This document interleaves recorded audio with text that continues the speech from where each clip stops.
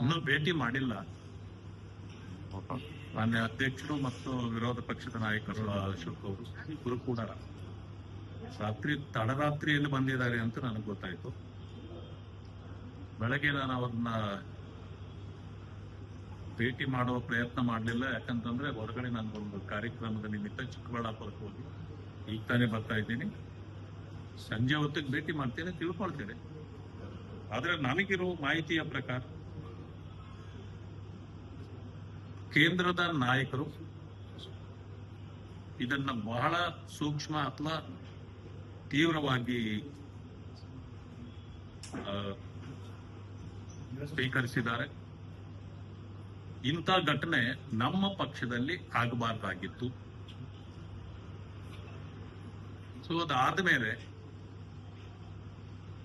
ಈಗ ಏನು ಮುಂದೆ ಏನು ಕಾರ್ಯ ಯಾವ ರೀತಿ ಏನು ಮಾಡಬೇಕು ಅಂತಕ್ಕಂಥದ್ದನ್ನ ಅವರಿಗಾಗಲೇ ಮುಖಂಡಗಳ ಗಮನಕ್ಕೆ ತಂದಿದ್ದಾರೆ. ಬಟ್ ನನಗೆ ಅನಿಸುವ ಮಟ್ಟಕ್ಕೆ ಕೇಂದ್ರದ ನಾಯಕರು ಇನ್ನಷ್ಟು ಇದನ್ನ ತೀಕ್ಷ್ಣವಾಗಿ ತೆಗೆದುಕೊಳ್ತಾರೆ ಮುಂದಿನ ದಿನಗಳಲ್ಲಿ. ಯಾರು ಈಗಾಗಲೇ ಈ ರೀತಿ ಕ್ರಾಸ್ ವೋಟಿಂಗ್ ನಲ್ಲಿ ಭಾಗಿಯಾಗಿದ್ರು ಅಂತಕ್ಕಂಥದ್ದು ಅವರಿಗೆ ಸಂಪೂರ್ಣ ಮಾಹಿತಿ ಇದೆ.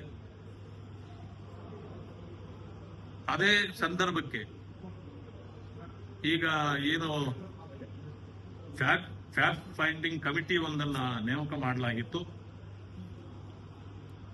ಸಿ.ಟಿ. ರವಿ ಅವರು, ಮಹೇಶ್ ಅವರು, ತೆಂಗಿನಕಾಯಿ ಅವರ ನೇತೃತ್ವದಲ್ಲಿ ಅದು ಕೂಡ ಈಗಾಗಲೇ ವರದಿ ತಯಾರಿಸಿ ಅವರು ಕೂಡ ಕೇಂದ್ರಕ್ಕೆ ಒಪ್ಪಿಸೋರಿದ್ದಾರೆ. ಸ್ಟ್ಯಾಂಡರ್ಡ್ ಅಲ್ಲ.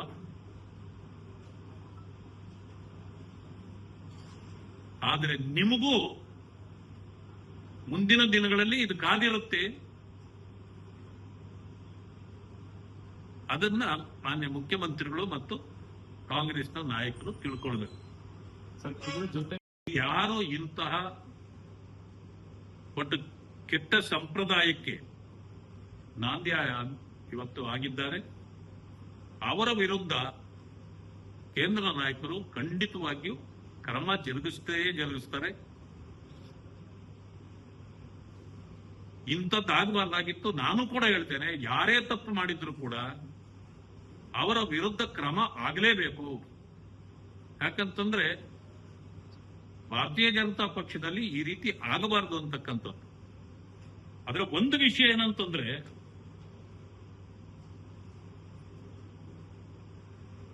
ಏನು ಬಹಳ ನಮ್ಮನ್ನ ವಿರೋಧ ಮಾಡ್ತಿದ್ದ ಕಾಂಗ್ರೆಸ್ 11 ಮತಗಳು ನಾವು ಅವರ ಕಡೆಯಿಂದ ತಗೊಂಡ್ಬಿಟ್ಟಿದ್ದೇವೆ ಅಂತ ಬೀಗ್ತಾ ಇದ್ದ.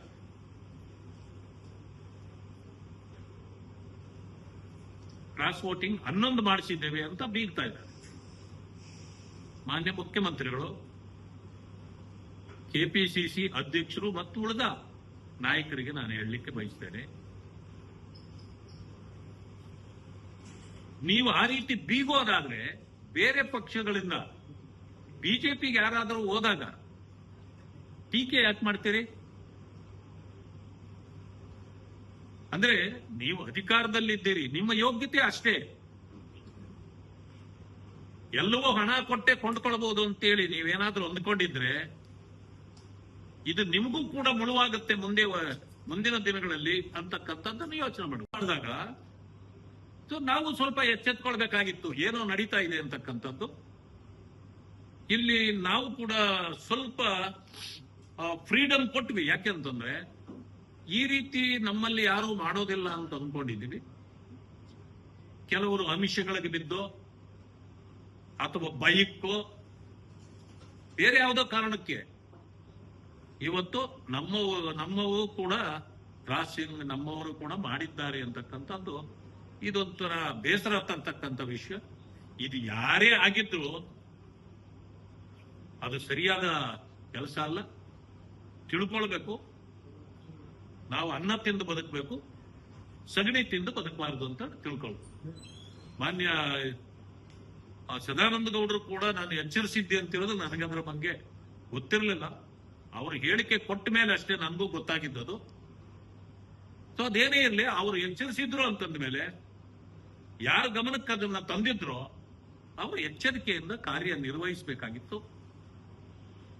ಇಲ್ಲ ಅಂತಂದ್ರೆ ನಮ್ಮವರನ್ನು ಕೂಡ ಎಲ್ಲೆಲ್ಲಿ ಏನೇನು ನಡೀತಾ ಇದೆ ಅನ್ನೋದನ್ನ ನಾವು ಕೂಡ ಹಿಂದಲಿಂದ ನೋಡ್ಬೇಕಾಗಿತ್ತು. ಇಲ್ಲ ಅಂತಂದ್ರೆ ನಾವು ಕೂಡ ಒಂದು ರೆಸಾರ್ಟ್ಗೆ ಅವರು ಹೋದ ಹಾಗೆ, ಅವ್ರಿಗೂ ಅವಕಾಶ ಕೊಡದೆ ಇದ್ದ ಹಾಗೆ ನಮ್ಮವ್ರನ್ನ ಕರ್ಕೊಂಡೋಗಿ ನಾವು ಅವ್ರನ್ನ ಜೊತೆಯಲ್ಲಿ ಇಟ್ಕೊಂಡು ನಾವು ಮಾಡ್ಬೇಕಾಗಿತ್ತು. ಎಲ್ಲವೂ ಕೆಟ್ಟದಾಗೆ ಕಾಣುತ್ತೆ. ಅವ್ರಿಗೆ ಕೊಟ್ಟ ಕುದುರೆಯನ್ನ ಏರ್ಲಾರ್ದ ಧೀರನೂ ಅಲ್ಲದ ಶೂರನೂ ಅಲ್ಲದ ವ್ಯಕ್ತಿ ಅಂತ.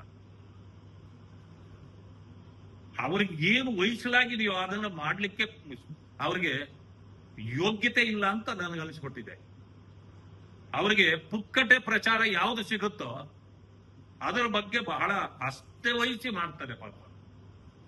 ಅವ್ರಿಗೆ ದಿನಾ ಪತ್ರಿಕೆಯಲ್ಲಿ ಇರ್ಬೇಕು.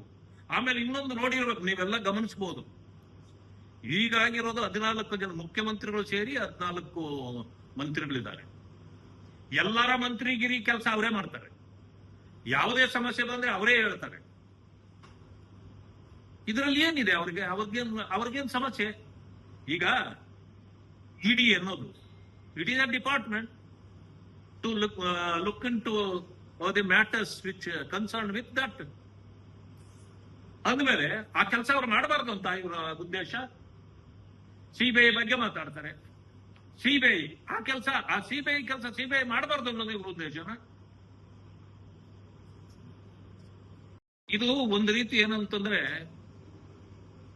ಕೆಲವು ಮಾತುಗಳನ್ನ ನಾವು ಆಡಬಾರದು.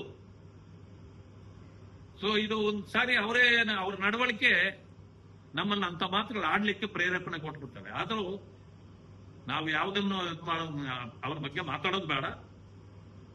ಕೇವಲ ಪ್ರಚಾರಕ್ಕಾಗಿ ಇಂಥ ಕೆಟ್ಟ ರೀತಿಯಲ್ಲಿ ನಡ್ಕೊಳ್ಳೋದನ್ನು ಬಿಟ್ಟು,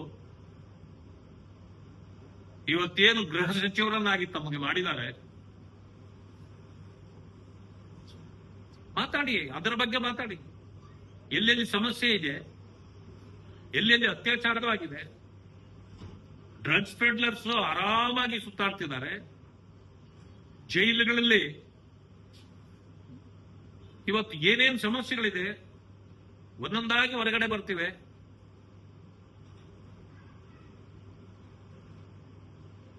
ಎಲ್ಲ ನಿಮ್ ಡ್ರಗ್ಸ್ ಜೈಲುಗಳಲ್ಲೂ ಸಿಗ್ತಾ ಇದೆ.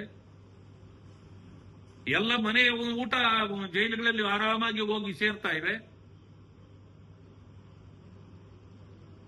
ಮೊಬೈಲ್ಗಳಲ್ಲಿ ಆನ್ಲೈನ್ ಅಲ್ಲಿ ಎಲ್ಲ ಇವೆ. ಅಲ್ಲಿ ಬೆಂಗಳೂರಲ್ಲಿ ಟ್ರಾಫಿಕ್ ಪ್ರಾಬ್ಲಮ್ ಬೇಕಾದಷ್ಟಾಗಿದೆ. ಇವುಗಳ ಮೇಲೆ ಎಲ್ಲ ಗಮನ ಕೊಡಿ. ತಂಡದ ಬಗ್ಗೆ ನನಗೇನ ಅನಿಸೋದಿಲ್ಲ. ಆದ್ರೆ ಒಂದು ವಿಚಾರವನ್ನ ನಾವು ತಿಳ್ಕೊಳ್ಬೇಕು. ಇಷ್ಟೊಂದು ಸರ್ಕಾರ ಇಟ್ಕೊಂಡು ಅವರ ಶಾಸಕರುಗಳನ್ನ ತಗೊಂಡೋಗಿ ಬೇರೆ ರೂಮ್ಗಳಲ್ಲಿ ಇಟ್ಕೊಂಡು ಕೊನೆಯಲ್ಲಿ ಅವರನ್ನ ಎಲ್ಲೂ ಹೋಗದಂಗೆ ದನಗಳನ್ನ ಕೂಡಿ ಹಾಕ್ತಾರಲ್ಲ, ಹಂಗ ಹಾಕೊಂಡು ಅವರನ್ನ ಕರ್ಕೊಂಡು ಬಂದು ಗನ್ ಪಾಯಿಂಟ್ ಅಲ್ಲಿ ಮತ ಹಾಕ್ಸ್ಕೊಳ್ತಾರಲ್ಲ, ಆ ರೀತಿ ಹಾಕ್ಸ್ಕೊಳ್ತು ಅದು ಸರ್ಕಾರ. ಇನ್ನಷ್ಟು ಹೆಚ್ಚಿನ ಮಾಹಿತಿಗಾಗಿ ಫಾಲೋ ಮಾಡಿ ಬ್ರಿಗೇಡ್ ನ್ಯೂಸ್ ಕನ್ನಡ.